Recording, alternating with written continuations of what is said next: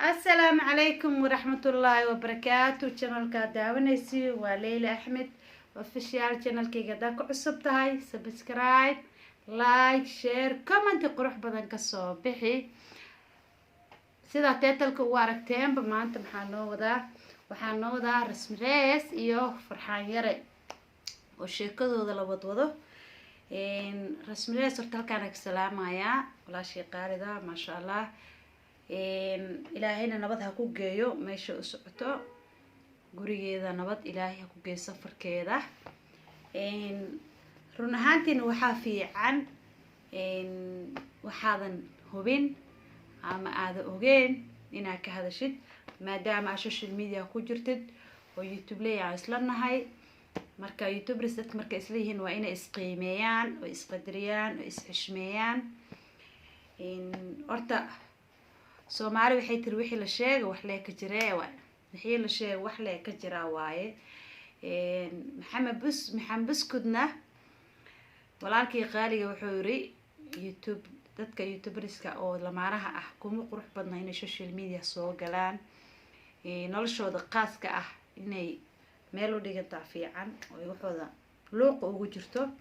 anigu waa ku raacsanahay waayo farxadii hadda iyo rasmi rees iyo farxaan yare ka dhaxaysay haddii xaqiiqta iyo haddii xaqiiq ahayn waxaa la soo geliyay social media waxaa la keenay shaki badan ayadoo ka hadlayso dheeso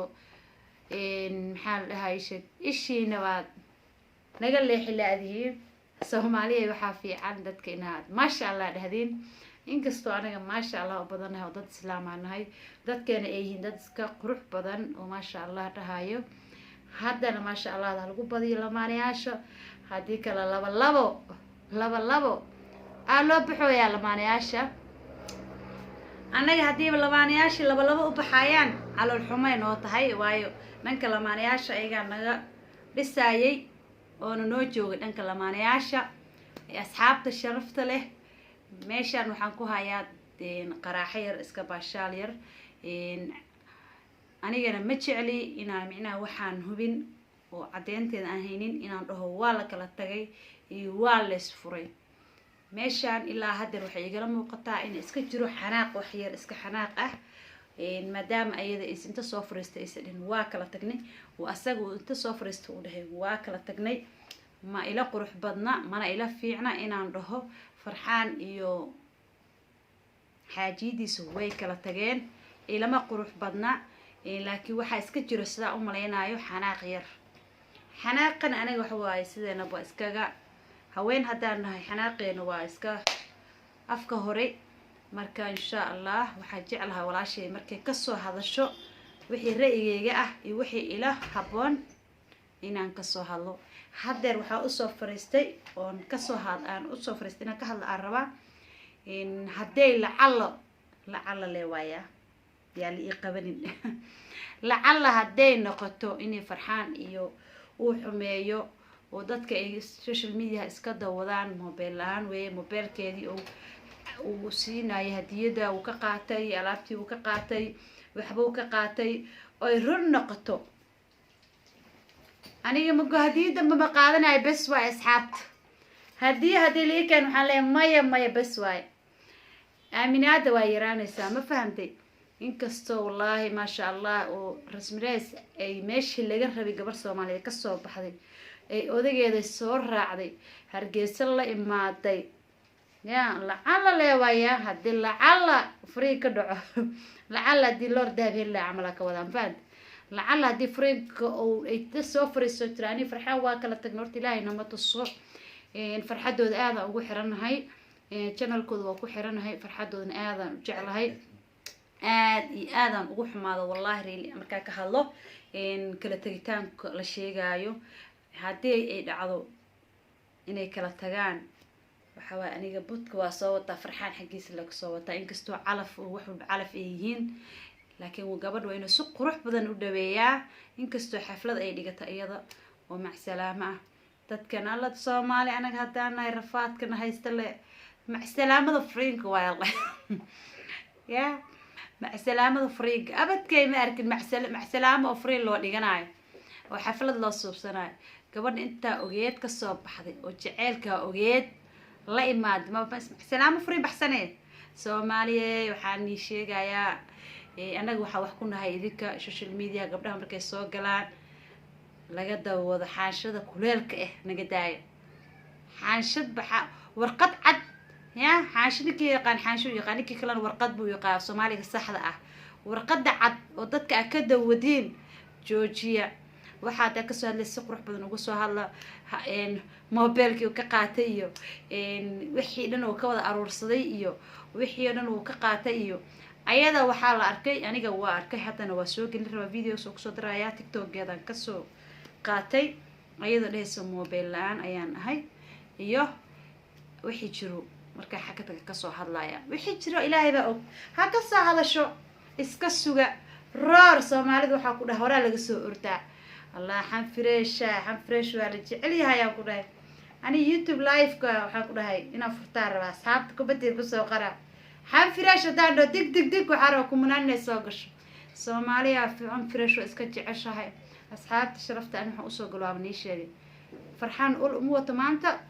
rasmreesna ul uma wato waxaan kasoo hadlayaa waxay tahay mar alla markay video soo fariisato ay dhahdo xaajada waa lagu kala baxay iyo waxaas ma jiraan brangi hada brangiga soomaali inta baratay brangiga dhinaaba mantagi rabaabo brangi 6 biloodaa brangi ah wiilaysa u fiirsanaya wuxuu dhahay 6 bil brangi ahayd wiilaa ogahay intuu iga soo fiirsanaya 6 bil wuxuu yidhi brangi ahayd hay waxaas ma ka bixi karnaa inta ceewowna oo dad weyn oo meel soo fariistay ya hooyaan nahay aniga hooyo meel soo fariistay farxaan iyo waxa way kala tagay hadhow brangi waa tii soo ma ceewoobin waxaa la hubsiino hal geelaa la siistaa waxaan la hubsanin shir kale lama soo tago shirkayaan lala soo fariisanin way kala tageen waa kan waad ku haysiin waxaan leeyahay bal joogsada cagta hoos u dhiga soomaali waxay baratay brangi wax la dhahayo aw brangina waxaan ka baranay dhanka xun iyo dhanka fiican inta waa isku dhex wadnaa ma fahanteen laakiin brangi waa saas baa usoo dabasidnaa ma fahanteen laakiin brankiga waxaa nii sheegaa soomaalida dhigayso xoogaa cusbada oo ku badiseen kastoo cusbada ka dhima brangiyaasha cadaanka sameynayo fiirsada dadkaygana waa jeclaha waxaa la yidhi qofkii wax kuu sheeg wuu ku jeclaya qofkii wax kuu sheegin unbaa ku neceb marka waxaana brangi iska yihiin inay run iska yihiin ilaahay baa og aniga horta hooye ahaan leyla ahaan markaa ka hadlo maadaama gabadha ay uur leedahay oo ayada soo fariisteen aniga aan arkay uuraan leeyahay tiro ninkeyga farxaan yiri naagteeda uur bay ii leedahay aan ku faraxnay gabadha waxaan leeyahay horta waxaas ilaahay been ha ka dhigo insha allah maadaama ay uur leedahay uurka aan soo arkay dhibaatadiisa rafaadkiisa asxaabta sharafta leh naag gabar haddii la guursado gurigeeda ku qurux badan tahay furo haddoo bilaabma oo soconaya baasha ma joogsanayso bilaaw iyo dhammaad waxaa ku dhahay ka hadal ma lahan hadda meesha waxaa usoo fariistaa waxay tahay lacalla ay maroosaa maanta commenti waa aragteen titleka waxaa kusoo qoray lacalla brand hadday lacalla isfuraan waxaan soo geli doonaa insha allah siday u dhacdo dhacdada iyo gabadheena walaasheena quruxda badan siday ugu soo hadasho iyo wiilkeena quruxda badan soomaaliyeed dee annaga horta waxaa soomaaliya niga maqan annaga waxaan dhalay aabbo aabe waa jecla aabe axmed ilaahay u naxariista axmed jaamac aabbaana dhalay wiil baana la dhashtay wiil baan dhalnay wiil baan u dhexnaa horta annaga wiil meelaan ugu baxsano ma lahan 9 wiil nin soomaaliyeed unbaa ku haynaa aniga koobaa soo fariisana nin soomaaliyeed soomaalida wiilal qurux badan oo maasha allah oo ixtiraam ay ku jiraan kuba xun oo ku jiraan kubaha aniga waxaa usha usoo qaataa oon ku tufaa waa wiilasha xun laakiin wiilasha soomaaliyeed oo dhan yaan la dhihin waa curudkayga maxamedaa ku jiro maxaa la xaajigaa ku jiro aabbaa ku jiro adeeraa ku jiro hala joojiyo soomaalida gabdhaha sida quruxda badan ugu soo hadla waa jeclahay oo dhahaan inta xunaan ka hadleynaa markaad wiil soomaaliya soo hadalkaas waxaad tiraahdaa inta xunaan ka hadleynaa inta fiican ilaahay noo daastay inta xunna allah soo hadeey daa magacu kula wataa